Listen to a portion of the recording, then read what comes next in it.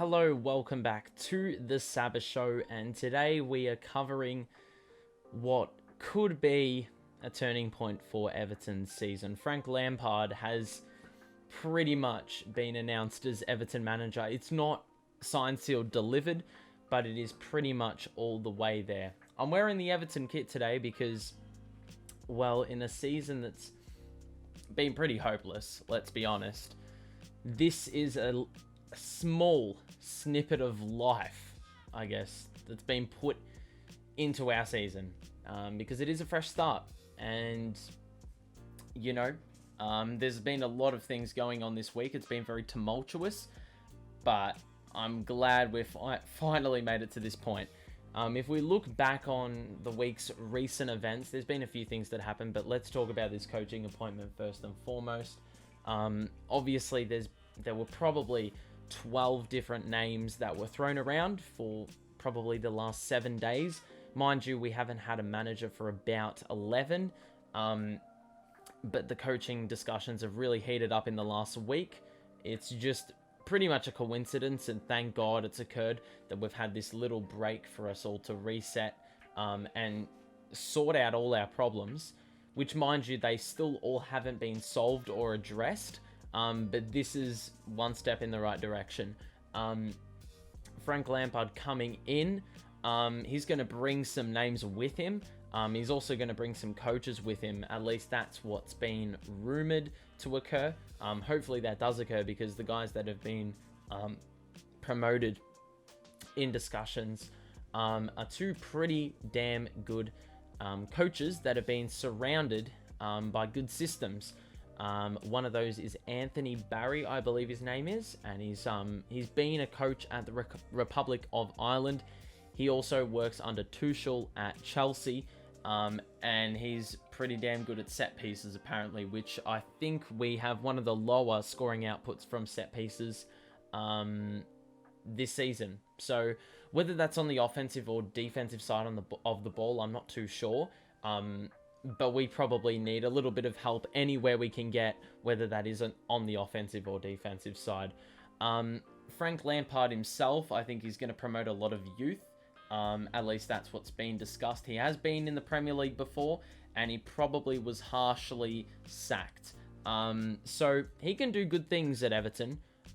It's probably the right level for him, because there's not a significant element of pressure, because he's not at a huge club.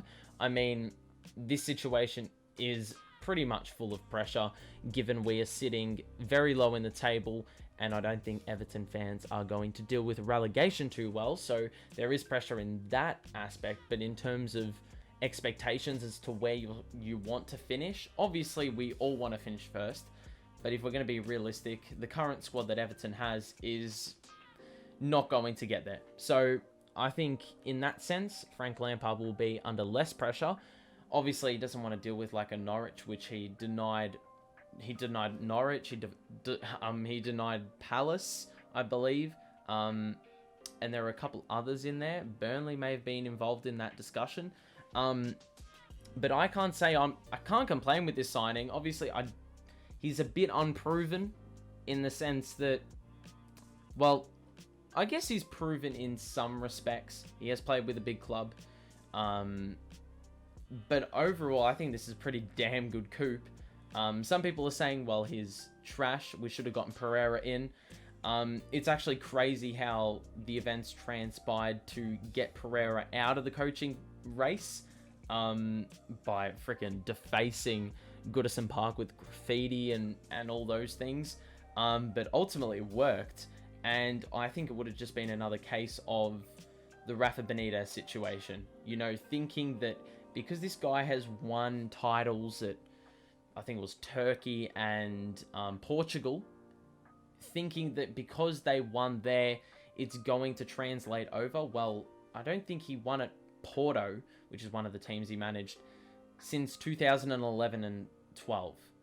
When Rafa Benitez got signed, I think at least in Mashiri's eyes, you can argue that he saw it from the perspective that, because he won it in 2005 with Liverpool and whatnot, he's going to do it again with Everton. Well, it's two very different football clubs with two very different sets of players.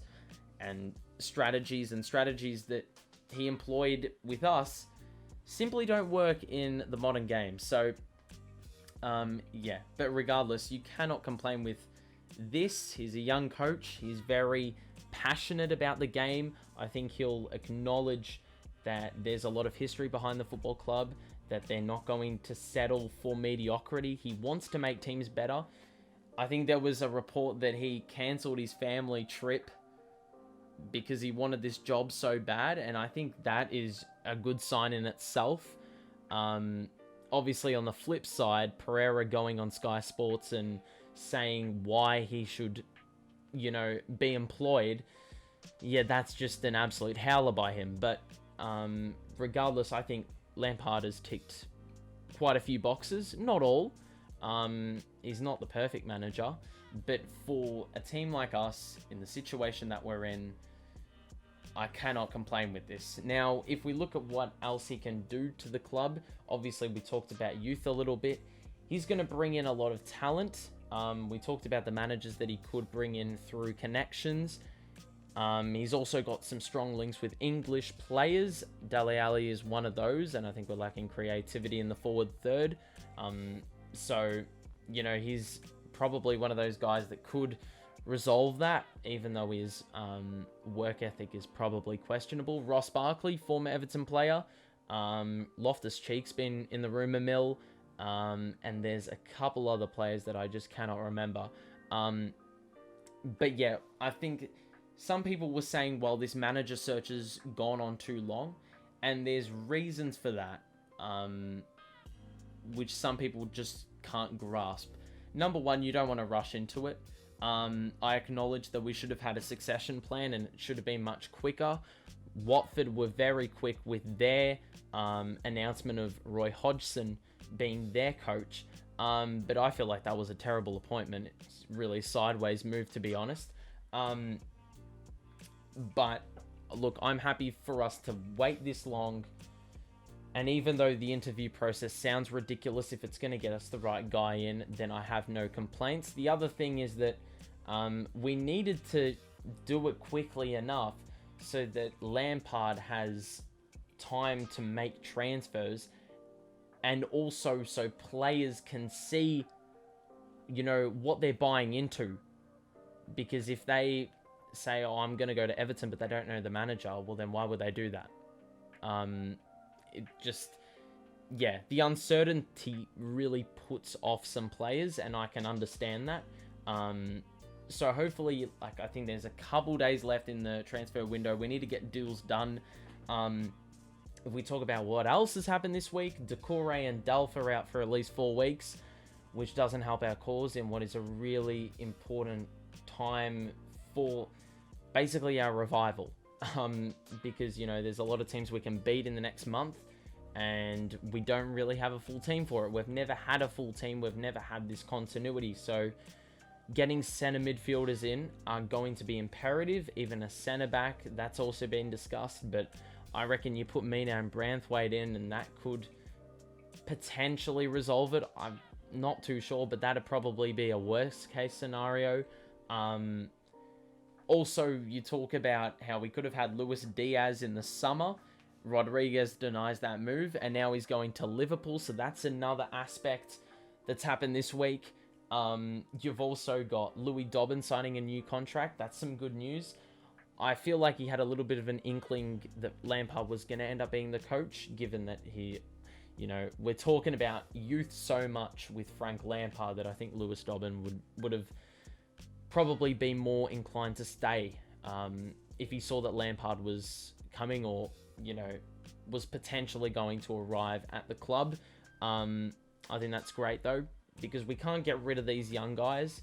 They haven't been trialled enough throughout the season under Benitez. So with Lampard, I think you'll see a few more opportunities, especially if we're undermanned. So that's another good thing. I think it's a 3.5-year deal. So we've locked him down, and I think we need to lock down a few more players in the youth academy, because that's one of our weaker areas, I guess. At least at the moment it is.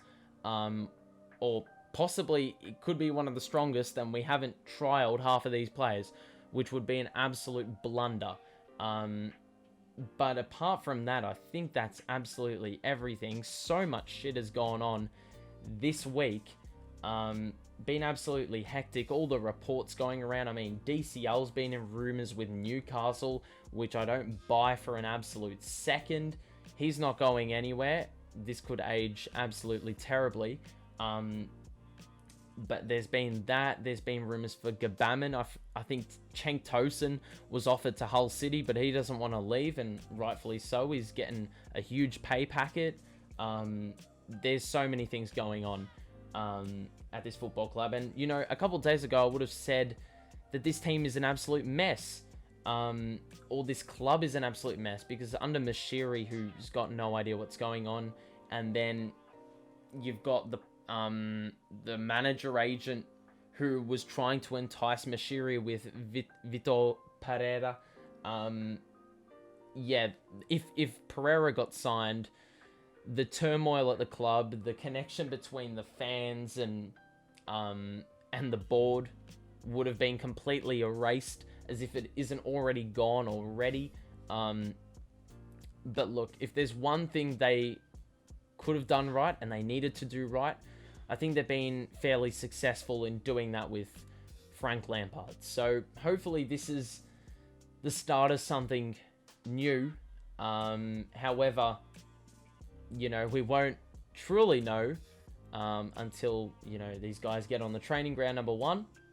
And then, you know, we see it on game day, because what we do on the training ground isn't executed in games enough. And hopefully Frank Lampard and whoever he hauls over to Everton in terms of backroom staff, hopefully they're able to turn things around for this football club, and hopefully the players are able to turn around their regular season form as well. Yeah, because I think you know, a change, always change is good, especially if what you're going with isn't working. So hopefully this change in environment, in system, is going to benefit the team substantially in the long run. But that's going to be it from me. Hopefully this deal actually goes through and this whole video hasn't been made for absolutely nothing. But if you did enjoy it, make sure to drop a like and subscribe to the show. We're getting the match reactions coming through next week when we play Brentford and Newcastle. But yeah, that's going to be it. So make sure to do those things and enjoy the rest of your day. But that's going to be it. So thank you, and I will see you in the next one. Peace out.